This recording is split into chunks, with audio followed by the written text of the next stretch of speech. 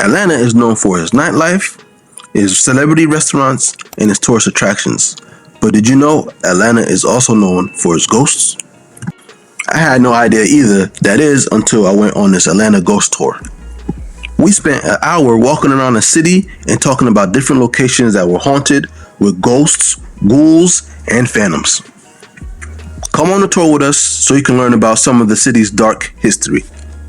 And that was like the fourth or fifth report that he had gotten from one of his patrons. And he told the waiter to keep it to himself because he doesn't want to ward off anybody.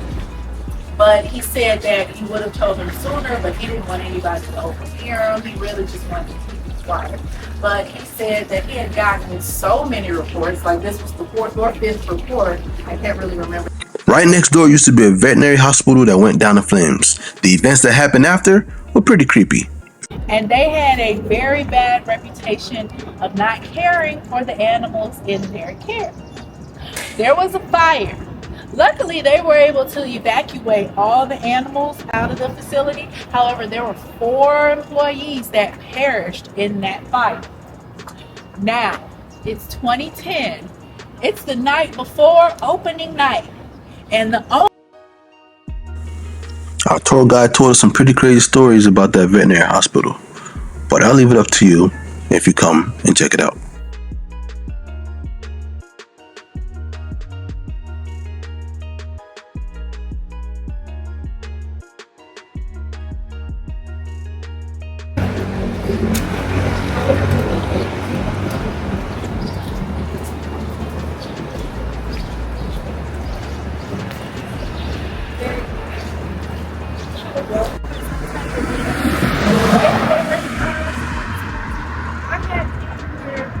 one time because I hurt my back at work. There was a young doctor who, upon finishing his residency at Emory University, came here to practice. Now, when he got here, everybody loved him. I mean, he was great. He had a really good clientele. His clientele really liked him. There was just one peculiar thing about this. We came over to the Fox Theater, and was I surprised to find out that this place is haunted. I had no idea.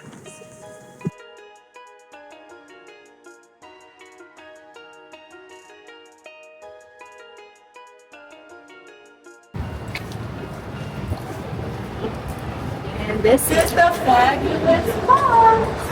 Now, there are actually 3 Fox theaters. There's a Fox theater in Detroit, Michigan. There's one in St. Louis. And of course, we have our own Fox theater here in Atlanta. However, Atlanta is the only haunted one.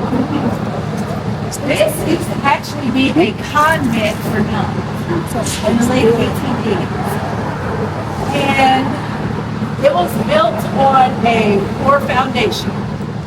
And there were 25 nuns living in the convent. And one day, building just collapsed. And all of the nuns were trapped inside.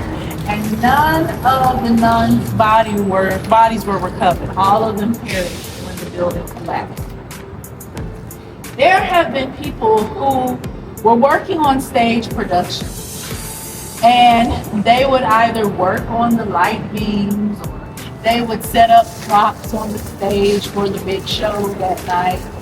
And they would claim to see a lady dressed in a nun's outfit floating towards them. There was a man that was actually on a scaffold, and he was fixing the stage lights. And he saw this woman. And when he saw her, he slipped on his scaffold because he was startled by her. He didn't fall off of it, but he did quit the next day. And he reported what he had seen. He didn't know if someone was playing a practical joke on him, or if it actually was one of the nuns that perished that day. There have been situations where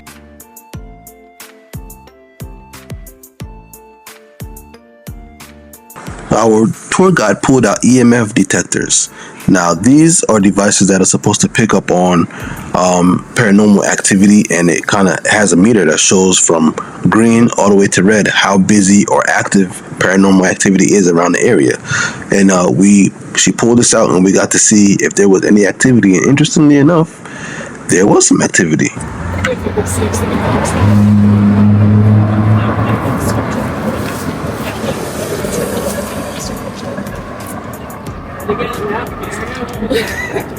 So this one, it's reading me right now. And it's reading y'all. I got it facing the wrong way. I need to turn it around.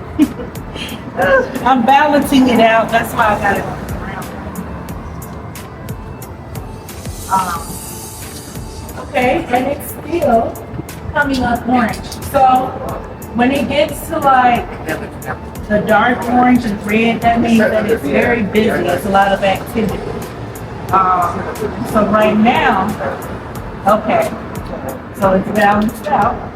So now I can do a proper measurement, but it keeps going red. You don't see. You're more than welcome to. Just holding it above.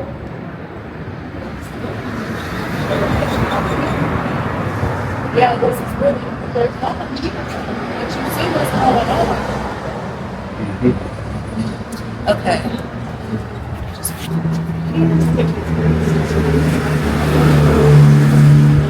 Wow. And it is kind of a little chilly right in this area.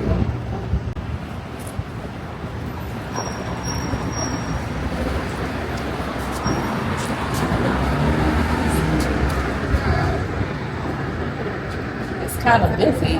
Does anybody, I didn't mean to turn to do that. Does anybody want to try it out? No? All right, guys. You can follow me. Hey, congratulations. We just made it through a tight squeeze. Now, tight squeeze has a double meaning. In the late 1880s, this area was completely different. And if you had walked down that street and you weren't violated in any way, you didn't have anything taken from you, it was considered to have been a tight squeeze that you had gotten through. Now let's fast forward to, I would say, the late 80s.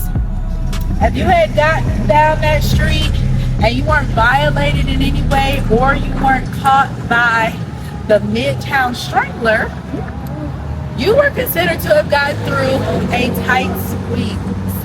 Now, Atlanta is home to 2 serial killers, one of which is the Midtown Strangler. And his MO was with his forearm to grab a person by the neck and squeeze very tightly until the life left them. And then he would carry the lifeless body around the side to this very church's basement. No way. Follow me.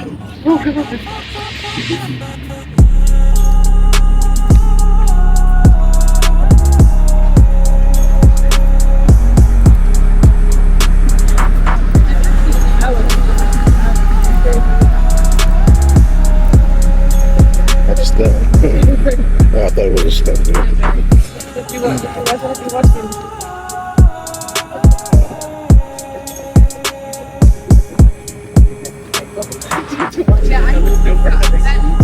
Yeah, it's horrible.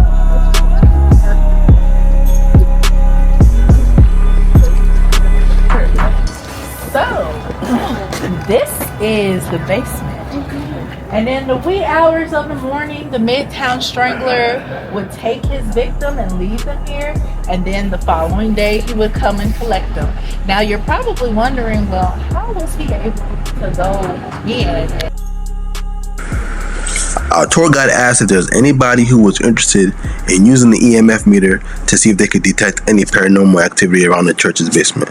I said no thanks, but somebody stepped up and volunteered, and that's what they're doing right here, is they're checking the paranormal activity with the detector.